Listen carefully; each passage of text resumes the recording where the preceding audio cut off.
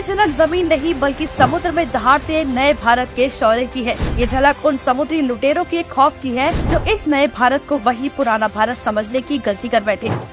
क्या है पूरा मामला? दरअसल सोमालिया के पास भारत के MV लीला नॉरफॉक नाम के जहाज को समुद्री लुटेरों ने हाईजैक कर लिया था।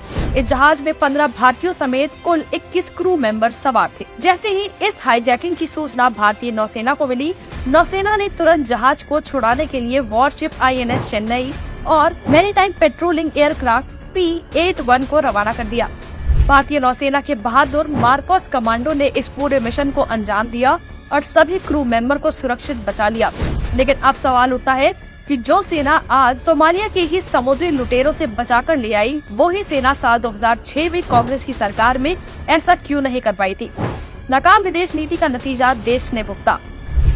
दरअसल कथित अर्थशास्त्री PM साल 2006 में PM के साथ साथ विदेश मंत्री की कुर्सी भी संभाल रहे थे। लेकिन उसी समय एक ऐसा वाक्य हुआ जिसने मनमोहन सरकार की विदेश नीति की कलाई खोल दी। दरअसल साल 2006 में भक्ति सागर नाम के भारतीय शिप को उसके 25 क्रू मेंबर्स के साथ सोमालिया के समुद्री लुटेरों ने हाईजैक कर लिया था। इस घटना की सूचना जैसे ही हमारे देश के बहादुर इंडियन नेवी को हुई, वो पूरी मुस्तैदी से इन बंधकों को छुड़ाने की कोशिश में जुट गई। नेवी को बस इंतजार था मनमोहन सरकार से हरी झंडी मिलने का। लेकिन सबसे शर्मनाक बात तो ये थी कि दिल्ली की गद्दी पर बैठी सोनिया गांधी की रिमोट सरकार बैठक पर बैठक करती रही, कोई निर्णय तक नहीं ले पा रही थी।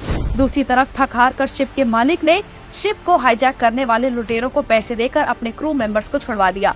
सोचिए, संकट के समय कांग्रेसी PM की सरकार ये फैसला तक नहीं कर पाई कि क्या करना है, वो भी तब जबकि हमारे पास दुनिया की सबसे ताकतवर इंडियन नेवी थी जो अच्छों की हालत खराब कर दे। ये वही सेना है, लेकिन देश की बागडोर मजबूत हाथों में है, जिस वजह से हमने नामुमकिन काम को भी अपनी बहादुरी से मुमकिन कर दिखाया।